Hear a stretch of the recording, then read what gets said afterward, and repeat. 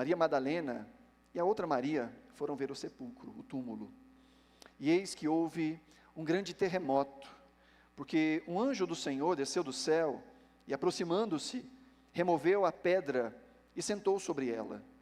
O aspecto dele era como um relâmpago, e a sua roupa era branca como a neve.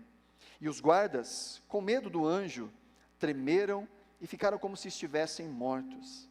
Mas o anjo, dirigindo-se às mulheres, disse: não tenham medo, sei que vocês procuram Jesus que foi crucificado.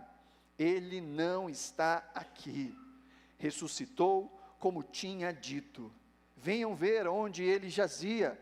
Agora vão depressa e digam aos seus discípulos que ele ressuscitou dos mortos e vai adiante de vocês para Galiléia. Lá vocês o verão. É como acabei de dizer a vocês. E retirando-se elas, apressadamente do sepulcro, tomadas de medo e grande alegria, correram para anunciar isso aos discípulos. Esse é o relato de Mateus a respeito da ressurreição de Jesus, e hoje nós celebramos como cristandade espalhada nos quatro cantos dessa terra, o domingo da ressurreição. Alguns chamam de o domingo de Páscoa, mas é importante entender que na época de Jesus já se celebrava a Páscoa que era celebrada pelos israelitas, em memória à saída do Egito rumo à terra prometida. A Páscoa foi estabelecida ali, e desde então os judeus vinham celebrando todas as vezes, todos os anos, no dia 14 de Nissan, era o dia em que eles sempre celebravam a Páscoa. Na época de Jesus não era diferente, e a Páscoa ela não durava apenas um dia, havia a morte do Cordeiro Pascal, que culminava numa ceia, num jantar, num grande jantar, e depois mais 7 dias, que eram chamados de as festas dos pães asmos, mas também eram chamados de dias de Páscoa. Então todas as refeições que aconteciam também, posteriormente, eram chamadas de refeições pascais.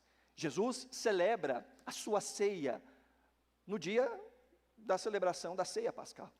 Ele toma 2 elementos que faziam parte daquele ritual de ceia, e usando o pão, diz: este é o meu corpo, e usando o cálice de vinho, ele diz: este é o meu sangue, a partir destes elementos da ceia judaica.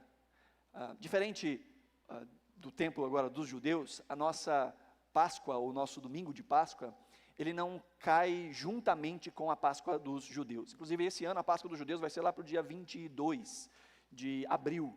Eles continuam celebrando no mesmo dia hebraico de 14 de Nissan. Mas nós celebramos de uma outra forma. Ao longo da história se convencionou que fosse assim, que fosse no primeiro domingo, depois da lua cheia, depois do equinócio de primavera. Por isso não casa, né? Estão seguindo o calendário lunar. Quando vira o primeiro dia da primavera, aí na próxima primeira lua cheia, aí no domingo próximo, esse é o dia da Páscoa. E a partir disso, se conta para trás também e se estabelece aí na sociedade os dias de carnaval. Por isso que todos os anos a Páscoa vai mudando de data, né? Ela não fica juntamente com a Páscoa judaica, mas isso é só para a gente poder entender um pouquinho dessa parte cultural. O mais importante é nos lembrarmos que durante este tempo da festa pascal, é que Jesus morre e entrega a sua própria vida em favor dos nossos pecados. E no domingo, logo pela manhã, Jesus ressuscita. Mateus 28 vai nos mostrar exatamente este momento da ressurreição, em que as mulheres têm um encontro, as primeiras testemunhas da ressurreição de Jesus. Não foi Pedro, não foram os demais apóstolos, as primeiras testemunhas foram estas mulheres. E diante da ressurreição de Jesus, aqui há o anjo que diz a elas uma postura que se deve tomar diante da ressurreição de Jesus. Uma postura que é dividida em 2 movimentos, ou em 4 imperativos. 2 movimentos com 2 imperativos cada. Isso é ilustrado aqui nessa cena, mas fala de toda a vida cristã. Em primeiro lugar, nós vemos esse movimento do venha e veja. Olha aí de novo comigo no versículo 6, que diz: ele não está aqui, ressuscitou como tinha dito. Venham ver onde ele jazia. Primeiro nós vemos aqui que algo está claro. Jesus ressuscitou, mas isso não era inesperado. Talvez fosse inesperado para aquelas mulheres. Talvez tenha sido inesperado para os discípulos. Mas não porque Jesus não tenha falado nada a respeito. Ao contrário, Jesus falou muito a respeito disso. O Antigo Testamento havia falado muito a respeito disso. Só no Evangelho de Mateus, nós vemos pelo menos 3 momentos em que Jesus fala de maneira muito clara a respeito da sua ressurreição. Lá no capítulo 16, no verso 21, diz assim: desde esse tempo, Jesus começou a mostrar aos seus discípulos que era necessário que ele fosse para Jerusalém, sofresse muitas coisas nas mãos dos anciãos, dos principais sacerdotes e dos escribas, fosse morto e no 3º dia ressuscitasse. Em Mateus, ainda no capítulo 17, verso 22, diz que quando eles estavam reunidos na Galileia, Jesus lhes disse: o Filho do Homem está para ser entregue nas mãos dos homens, e estes o matarão, mas ao 3º dia ressuscitará. Então os discípulos ficaram muito tristes. Ainda em Mateus capítulo 20, verso 17, diz que estando Jesus para subir a Jerusalém, chamou os 12 discípulos para um lado, e no caminho lhes disse: eis que subimos para Jerusalém, e o Filho do Homem será entregue aos principais sacerdotes e aos escribas. Eles vão condená-lo à morte, e entregá-lo aos gentios para ser zombado, açoitado e crucificado, mas ao 3º dia ressuscitará. Jesus havia dito isso inúmeras vezes aos seus discípulos. A lei, o Antigo Testamento já havia dito a respeito disso. Mas às vezes as nossas projeções sobre como Jesus deve funcionar, o que Jesus deve fazer, atrapalha os nossos olhos de enxergar quem é Jesus e o que ele diz a respeito de si mesmo. Nós vemos em Lucas capítulo 24, 2 discípulos que vão para casa, tristes. Eles se encontram com Jesus ressurreto, mas não o reconhecem, e ele pergunta: o que está acontecendo, porque vocês estão tristes? E eles dizem: nós achávamos que ele era o libertador, o redentor de Israel. Havia uma expectativa no coração desses discípulos, que não era a expectativa que Jesus estava mostrando. Eles queriam talvez um Messias político, alguém que desse liberdade econômica, liberdade política, não alguém que lhes libertasse do pecado. Por isso, o assombro. E diante deste encontro com o anjo diz: ele já tinha dito que isso ia acontecer. E neste momento então ele diz: venham e vejam. Porque esse é o grande problema, queridos, o vir. O anjo diz: venham, e este tem sido o problema da humanidade desde a queda. Deus nos criou para termos com ele comunhão, para desfrutarmos de comunhão e de relacionamento com ele, de estarmos próximos de Deus.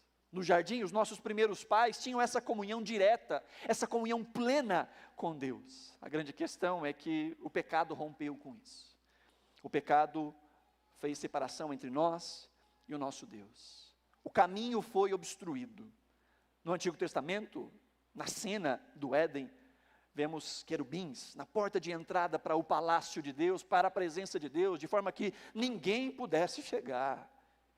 Deus levanta um homem chamado Abraão, e por meio de Abraão, seus descendentes seriam responsáveis por proclamar uma aliança de renovo, de conserto, de aproximação.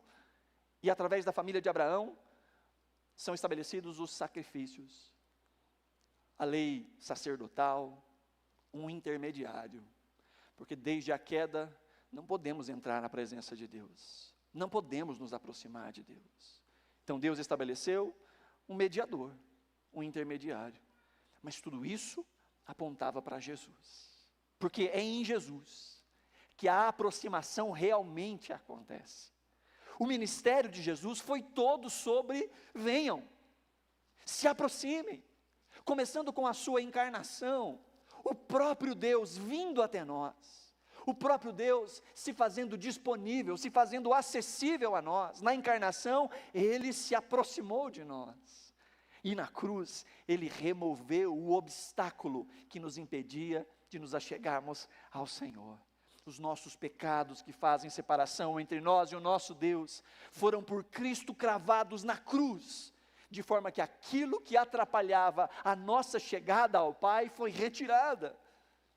E na sua ressurreição, ele confirmou o acesso, por meio do seu sangue, como diz Hebreus capítulo 10, por um novo e vivo caminho. Ele nos deu acesso por meio do seu sangue. Então o convite é: venham, venham e vejam. E o ministério de Jesus foi cheio de venham.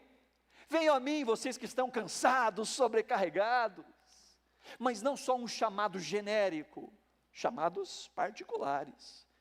Jesus dizia a pessoas: vem, me segue, vem, me segue. Porque, queridos, não é um mero convite abstrato. O chamado de Jesus é pessoal. O chamado de Jesus é particular. O chamado de Jesus é para cada um de nós. E ele diz: venham ver onde ele jazia, onde estava o seu corpo. Porque, em primeiro lugar, essa fé, ela é pessoal, ela é experimental.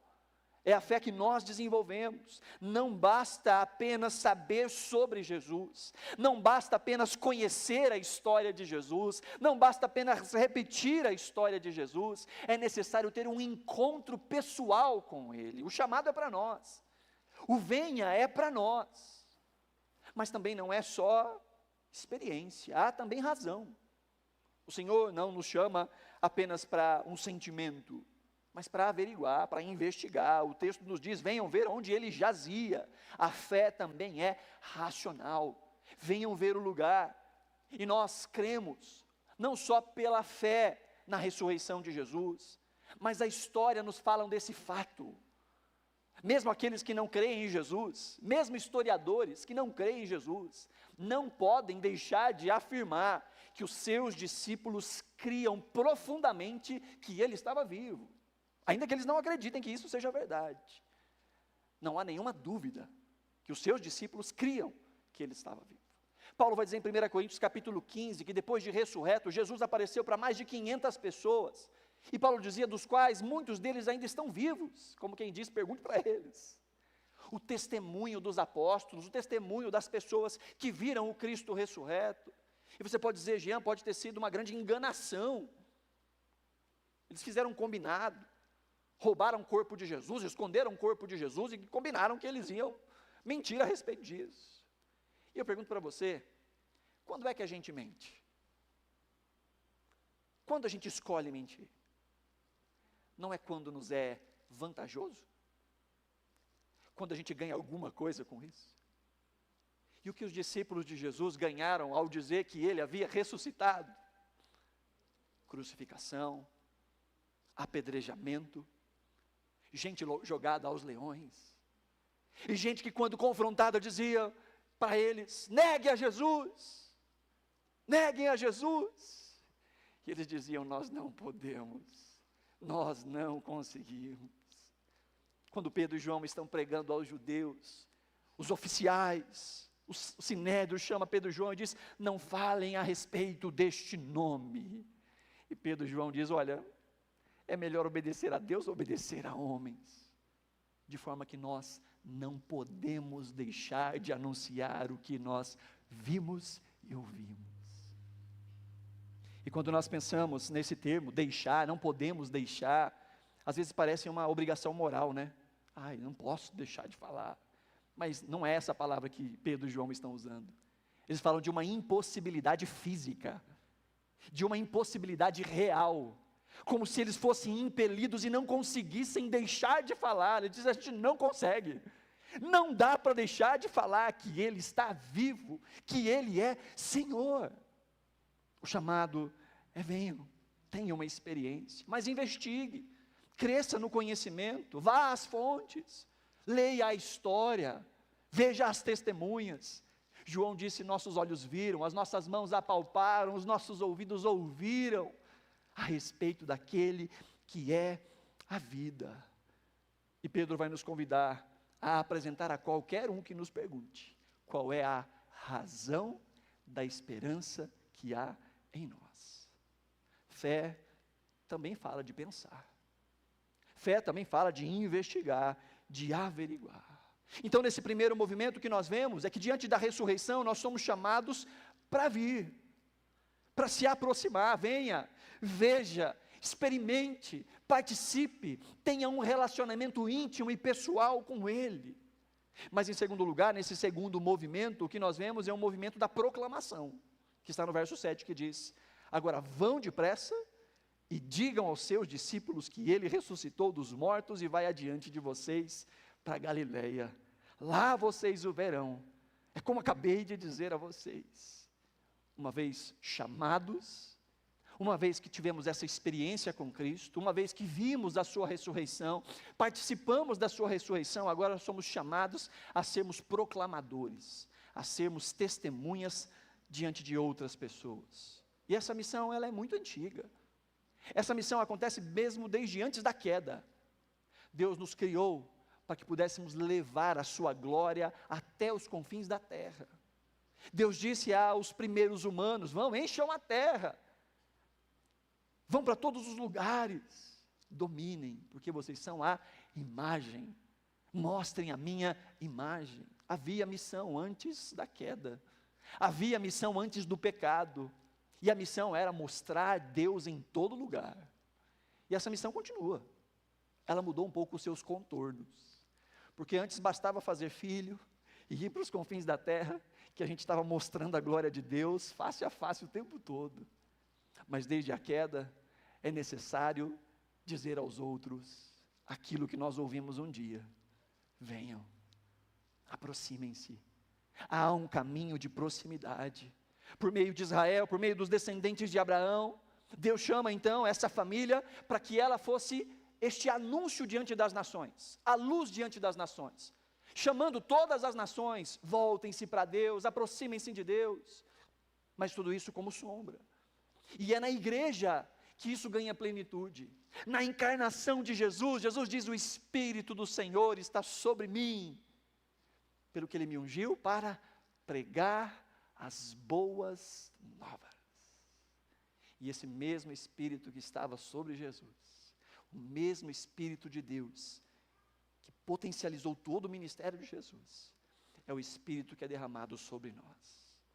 E agora nós podemos dizer: o Espírito do Senhor está em mim, e Ele me ungiu para proclamar as boas novas do Evangelho.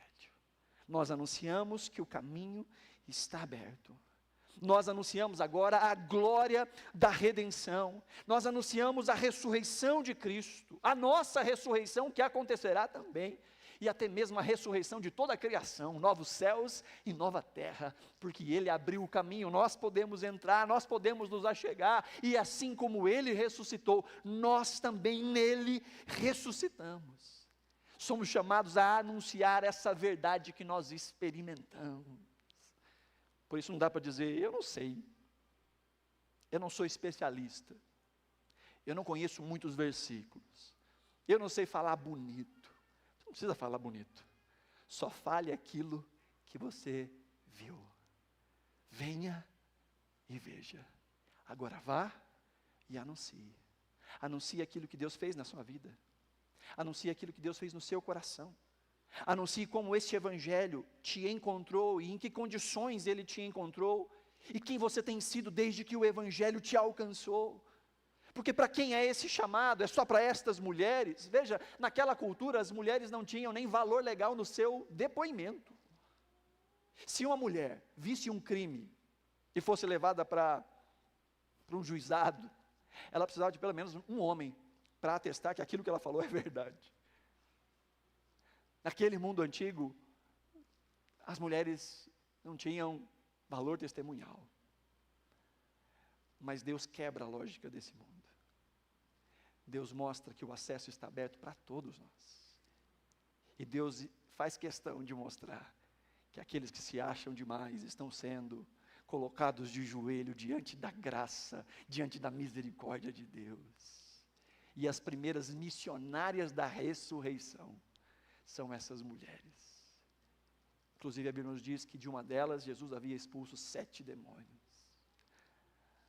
E Jesus escolhe exatamente essas mulheres. Vão e digam, vão e falem.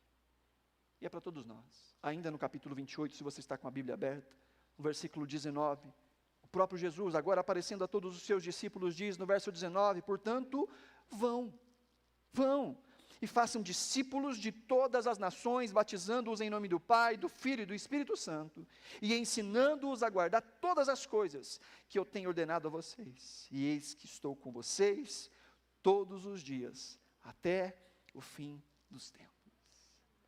Quem deve anunciar? Todo aquele que veio e viu. Todo aquele que teve um encontro com a ressurreição. É chamado agora a proclamar a ressurreição a outros. Qual é o conteúdo dessa mensagem? Bom, o conteúdo da mensagem é o próprio Evangelho. O conteúdo da mensagem é exatamente esse: Deus veio a nós. Ele nos chama a ir até Ele, mas Ele veio a nós. Só podemos amá-lo porque Ele nos amou primeiro. Ele diz: aproximem-se de mim, porque eu me aproximei de vocês. O caminho está aberto, o caminho está desobstruído. Deus veio a nós. Deus resolveu e retirou a barreira que nos afastava dele, na morte de Jesus. E Ele morreu substitutivamente, morreu em nosso lugar, morreu os nossos pecados, morreu a nossa condenação. Vamos deixar isso um pouco mais pessoal? Morreu a minha condenação, morreu a sua condenação, para que por meio da sua própria ressurreição, Ele pudesse fazer esse prelúdio da nossa ressurreição, pudesse nos mostrar agora vida. E diante deste segundo movimento, o que a gente deve fazer? Bom, anunciar. Você não precisa saber todas as respostas. Você não precisa ser um especialista. Você só precisa falar o que você viu. Queridos, diante da ressurreição, a ressurreição nos chama para esses dois movimentos. Nós podemos vir, mas podemos não vir. Podemos permanecer distantes de Deus. Mas uma vez que viemos, agora o movimento é vai. E nós podemos ir, mas podemos também não ir. Guardar para nós o tesouro que recebemos. Não crescer, não amadurecer, não partilhar, ver outros que assim como nós necessitam de misericórdia, de graça, de salvação, mas fecharmos a nossa boca e fecharmos os nossos olhos para aquilo que nós vemos. Diante da ressurreição, nós somos chamados a vencer a passividade, somos chamados a abraçar a cruz de Cristo, e somos chamados a levar essa mensagem até os confins da terra. Então venha e veja. Talvez nessa noite esse seja o movimento que você precisa fazer. Talvez ao longo da sua história você já ouviu essa história várias vezes. Talvez você já tenha participado de vários cultos de Páscoa. Talvez já tenha assistido a Paixão de Cristo, ou algum teatro, seja em igreja, seja em algum outro lugar. Talvez você conheça de cor cada momento da história. Mas o chamado de Cristo para nós não é apenas conhecer, é partilhar, é ter comunhão, é experimentar. O mesmo Jesus que disse aos seus discípulos: venham, diz para nós nessa noite, diz para você nessa noite: venha, venha assim como você está. Essas mulheres estavam temerosas, tristes, em luto, talvez decepcionadas, talvez com uma série de questões. E o mais lindo de tudo, queridos, é que Deus não espera a nossa versão pronta, para então a gente chegar até Ele. Deus não espera que você resolva todas as suas questões e então venha a Ele. Deus não espera que você vença todos os seus pecados, todos os seus problemas de caráter, todos os seus problemas familiares, e só então você venha até Ele. O Senhor nos chama mais uma vez: vinde a mim, todos que estáis cansados e sobrecarregados, com questionamentos, com dúvidas, com medos, com dores, com choro. Vem, que é na caminhada que Ele nos transforma, é no processo que Ele nos transforma. Ele nos chama a nos assentarmos à sua mesa, e uma vez que ouvimos, somos chamados a continuar a vir, a continuar a crescer. Ele diz: tomem sobre vocês o meu jugo, aprendam de mim, eu sou manso e humilde de coração. Aprendam de mim, Jesus diz. No texto que nós lemos aqui, em Mateus 28, 19, ele diz: vão e façam discípulos, batizem e ensine-os a guardar. A gente continua vindo e indo, recebendo, ouvindo, conhecendo, crescendo. E talvez esse seja o movimento que você precisa fazer nessa noite: vir. Ou talvez você já veio, e glória a Deus por isso. E o movimento que você é chamado nessa noite é: vá. Vá e anuncie. Tire a sua fé da esfera privada. Fale do amor de Cristo. Fale de Cristo às outras pessoas. Testemunhe a partir da sua história. Conte aquilo que Cristo fez na sua vida. Dê o seu testemunho. Essa é a melhor pregação que você pode dar. Aquilo que Cristo fez na sua vida. Como o Evangelho te alcançou. E por último, ainda neste movimento, viva como alguém que foi enviado. Viva como alguém que está em missão. Daqui a pouco a gente vai encerrar esse culto. Nós vamos nos cumprimentar, nos despedir e vamos voltar para nossa segunda-feira, que logo, logo já está aí. Mas que nós nos lembremos que ao passar por essa porta, nós estamos em campo missionário. Na família, entre os amigos, no ambiente de trabalho, neste mundo. Viva como quem foi enviado. Viva como quem carrega uma mensagem, mas não uma mensagem abstrata, uma mensagem que tocou e transformou as nossas vidas. Amém? E nessa noite, para incrementar ainda mais esta celebração, temos diante de nós a mesa, o pão e o cálice. E o pão e o cálice representam exatamente esta aproximação, de nos relembrarmos, de fazermos isso em memória dEle, de participarmos, de termos comunhão, de estarmos com Ele, de comer e de beber. E é por meio da ceia também que nós anunciamos a morte do Senhor, até que Ele venha.